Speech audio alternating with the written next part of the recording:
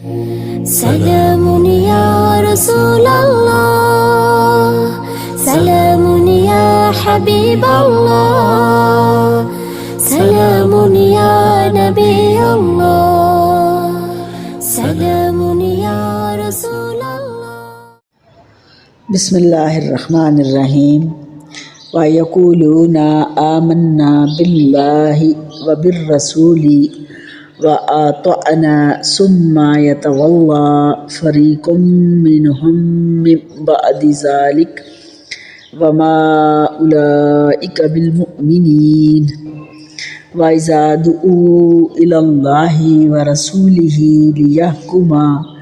بَيْنَهُمْ إِذَا فَرِيقٌ مِّنْهُم مُّعْرِضُونَ۔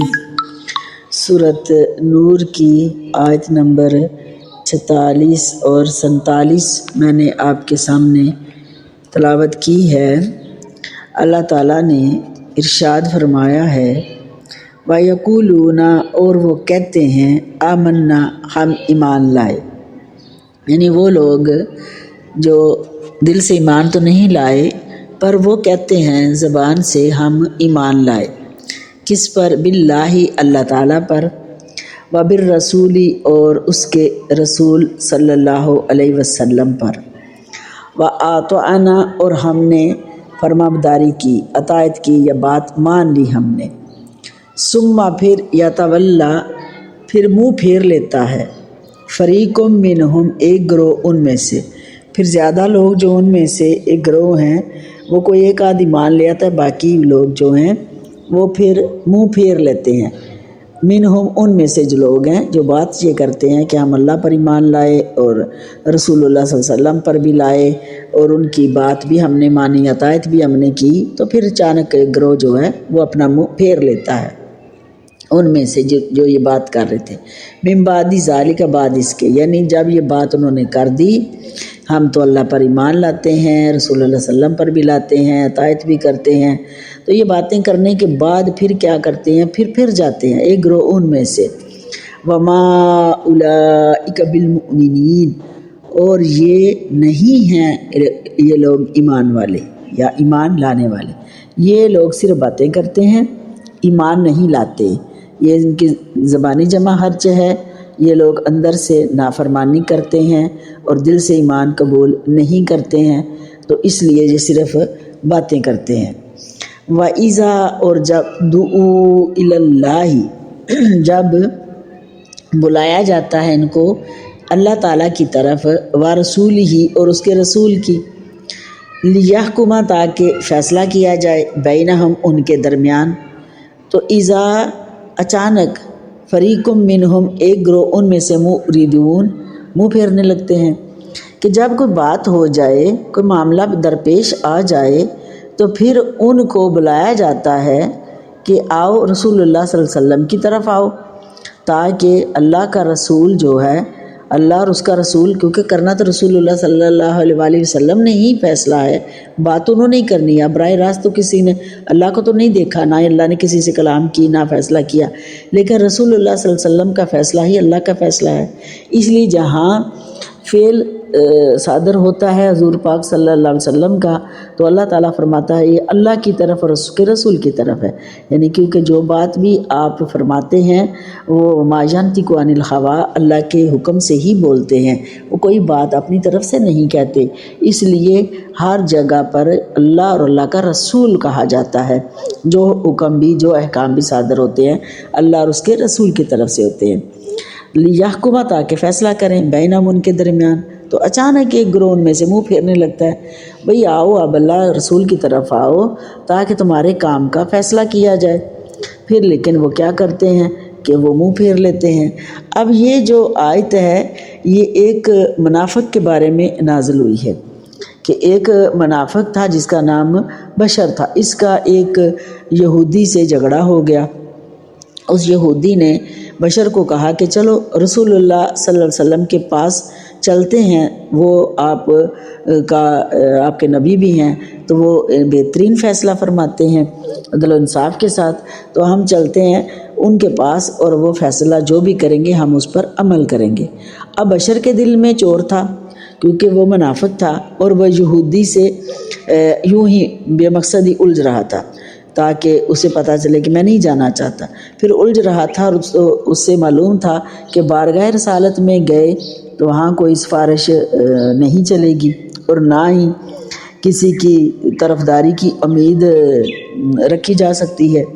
اس لیے اس نے کہا کہ وہ بشر کہنے لگا یہودی سے کہ آپ تو یعنی جو رسول اللہ صلی اللہ علیہ وسلم ہیں وہ تو ہم پر ظلم کرتے ہیں، وہ ہم سے زیادتی کرتے ہیں، تو میں ان کے پاس نہیں جاؤں گا، بلکہ چلو کعب بن اشرف کے پاس چلیں گے اور ان سے اس بات کا فیصلہ کروائیں گے. تو جب یہ بات کی اس نے تو یہ آیات اللہ تعالیٰ نے اپنے حبیب صلی اللہ علیہ وسلم پر نازل فرما دی. فرمایا کہ یہ لوگ جو ہیں یہ جب ان کو بلایا جاتا ہے اللہ رسول کی طرف آؤ تاکہ تمہارے درمیان فیصلہ کیا جائے، تو پھر وہ اچانک منہ پھیرنے لگ جاتے ہیں، تو وہ پھر منہ پھیر لیتے ہیں تاکہ ان کے دل میں جو ہے وہ چور ہے. اب یہ آیات صرف بشر کو ہی کے لیے نہیں نازل ہوئی بلکہ ہر اس شخص کے لیے جو رسول اللہ صلی اللہ علیہ وسلم کے فیصلے کو قبول نہیں فرماتا یا ان کے لیے دل میں تنگی رکھتا ہے، ہر اس منافق کے لیے جو ہے یہ آیت نازل کی گئی کہ اس کماش کے جتنے لوگ بھی ہیں اس کے ہم اثر یا اس کے بعد یعنی اس وقت یا اس کے بعد آنے والے سب کو بتا دیا کہ جب کسی کو خدا اور رسول صلی اللہ علیہ وسلم کے فیصلے کی طرف بلایا جائے اور وہ نہ آئے تو سمجھ لو کہ اس کا اسلام سے کوئی تعلق نہیں ہے. ایمان کا دعویٰ کرنے کے باوجود خدا اور رسول صلی اللہ علیہ وسلم کے حکم سے جو سرتابی کرتا ہے وہ جو ہے وہ مومن نہیں ہوتا. اپنے آپ کو مومن کہلائے گا پھر بارگاہ رسالت میں فیصلے کے لیے حاضر نہ ہونا، اس کے یہ وجہ ہو سکتی ہے کہ اس کے دل میں ابھی کفر الحاد کی بیماری ہے. محض دکھلاوے کے لیے اس نے اسلام کا جامہ پہن رکھا ہے یا ابھی تک اس کے ذہن سے شک دور ہی نہیں ہوا اسلام کے بارے میں. وہ خیال کرتا ہے کہ اسلام کے احکام پر کار بند ہونے سے شاید اس کو نقصان پہنچے گا، یا وہ یہ سمجھتا ہے کہ اللہ تعالیٰ کا رسول کسی وجہ سے اس کے ساتھ نعوذ باللہ بے انصافی کرے گا. ان چیزوں میں سے کوئی چیز بھی اگر کسی کے دل میں ہو تو وہ اپنے آپ کو مسلمان کہلانے کا حق نہیں رکھتا ہے. تو فرمایا اللہ تعالیٰ نے مزید کہا اِن یکن لہم الحق یأتوا الیہ مذعنین، کہ جب ان کو بلایا جاتا ہے، جب ان کو پتہ چلے کہ ہم یہ فیصلہ اب ہمارے حق میں ہی ہونا ہے، ان کو پتہ چل جاتا ہے کہ یہ فیصلہ تو اب ہمارے حق میں ہوگا کیونکہ ان کو پتہ ہے نہیں یہ غلط ہے یہ صحیح ہے. تو جب کوئی ایسا معاملہ ہو کہ اب آج ہمارا فیصلہ ہمارے حق میں آئے گا تو پھر کیا کرتے ہیں کہ وہ بھاگے آتے ہیں، پھر بھاگ کر آتے ہیں الیہ مذعنین، اس کی طرف تسلیم کرتے ہوئے، پھر فوراً مانتے بھی ہیں بات کو، تسلیم بھی کرتے ہیں کہ ان کا مفاد ہوتا ہے، ان کا فائدہ ہوتا ہے، اور پھر بھاگ کر آتے ہیں. افی قلوبہم مرض، کیا ان کے دلوں میں ابھی نفاق کی بیماری ہے کہ اس بیماری کی وجہ سے یہ لوگ جو ہیں وہ شک میں پڑے ہیں. امرتابو ام یخافون، یا کہ وہ شک کرتے ہیں اسلام کے بارے میں، ابھی ان کے دلوں میں مرض ہے، پھر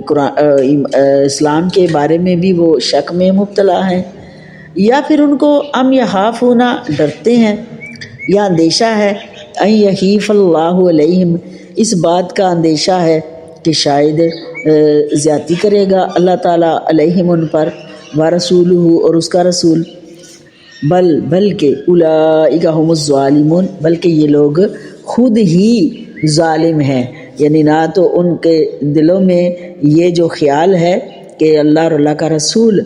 زیادتی کریں گے، تو ایسا نہیں ہے. اللہ رسول کسی کے ساتھ ظلم زیادتی نہیں کرتا، بلکہ وہ لوگ خود ظالم ہیں، اپنے آپ پر اپنی جانوں پر ظلم کر رہے ہیں کہ کسی کا حق مار لینا، جھوٹ بول لینا، اور پھر دل سے ایمان کو قبول نہ کرنا، پھر رسول اللہ صلی اللہ علیہ وسلم کے ساتھ ساتھ رہنا، نمازیں پڑھنا، سارا کچھ کرنا، لیکن اس کے باوجود دلوں کی تصدیق کا نہ ہونا، دل کی تصدیق جو ہے زبان کے اقرار کے ساتھ جو ہے وہ ان کی نہیں ہوتی، کیونکہ وہ زبانی کہتے ہیں لیکن دل کی تصدیق اس میں شامل نہیں ہوتی ہے. تو اس لیے انما کان قول المؤمنین، فرمایا سوائے اس کے نہیں کہ ایمانداری کی بات تو صرف اتنی ہے کہ جو ایمان والے ہیں، جو صحیح معنوں میں ایمان لائے ہیں، جن کے دلوں میں ایمان کا نور اللہ تعالیٰ نے ڈال دیا ہے، ان کی بات یہ ہے کہ اذا جب دعو الی اللہ، جب بلایا جاتا ہے ان کو الی اللہ، اللہ تعالیٰ کی طرف، ورسولہ، اور اس کے رسول کی طرف، لیحکما، تاکہ وہ فیصلہ فرما دیں، بینہم، ان کے درمیان، تو ان یقولو، تو وہ کہتے ہیں ان یقولو سمعنا، ہم نے فیصلہ سن لیا، واطعنا، اور ہم نے مان لیا۔ یعنی جو اہل ایمان ہیں ان کو جب بلایا جاتا ہے اللہ رسول کی طرف، وہ خوشی خوشی آتے ہیں تاکہ ان کا فیصلہ ہو جائے، اور جب فیصلہ ہوتا ہے تو وہ کہتے ہیں ہم نے سن لیا اور مان بھی لیا۔ یعنی جو فیصلہ رسول اللہ صلی اللہ علیہ وسلم کی طرف سے کیا گیا وہ اس کو خوشی سے قبول بھی کرتے ہیں اور مانتے بھی ہیں اور کہتے بھی ہیں۔ اور وَأُولَٰئِكَ هُمُ الْمُفْلِحُونَ، اور پھر یہی لوگ کامیابی پانے والے ہیں۔ بامراد ہے، ان کو مراد مل گئی کہ وہ انہوں نے اللہ کی رضا کو پا لیا ہے۔ وَمَن يُطِعِ اللَّهَ وَرَسُولَهُ وَيَخْشَ اللَّهَ وَيَتَّقْهِ فَأُولَٰئِكَ هُمُ الْفَائِزُونَ، اور جو کوئی اطاعت کرے گا اللہ تعالیٰ کی، وَرَسُولَهُ، اور اس کے رسول کی، اور ڈرتا رہتا ہے اللہ تعالیٰ سے تاکہ بچ جائے، تو جب وہ ڈرتا ہے تو پھر اللہ تعالیٰ اس کو بچا لیتا ہے۔ فَأُولَٰئِكَ هُمُ الْفَائِزُونَ، تو پس یہی لوگ کامیاب ہوئے۔ یعنی جو ایمان بھی گئے، ایمان بھی لائے، فیصلوں کو، رسول اللہ صلی اللہ علیہ وسلم کے فیصلوں کو قبول بھی کر لیا، اور یہ بھی عرض کی کہ یا رسول اللہ صلی اللہ علیہ وسلم، آپ نے جو فیصلہ فرمایا ہم نے اس کو مان لیا ہے، سن بھی لیا، مان بھی لیا، اور ہم نے اطاعت کی، اور یہی لوگ صحیح معنوں میں کامیاب ہوئے، یعنی وہ کامیابی پا گئے۔ اور جس نے جو بھی کوئی اطاعت کرے گا، وہ جو اس وقت تھے یا قیامت تک آنے والے، جو بھی کوئی اطاعت کرے گا اللہ تعالیٰ کی، وَرَسُولَهُ، اور اس کے رسول کی، وَيَخْشَ اللَّهَ،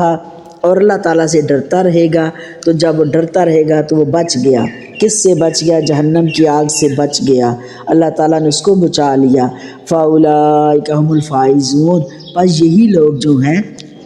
کامیابی پانے والے ہیں، یہ لوگ کامیابی پانے والے ہیں کہ جو اللہ رسول کی رضا کو پا گئے، انہوں نے کامیابی کو پا لیا۔ اور پھر دوسرے لوگوں کے لیے پھر فرمایا آگے،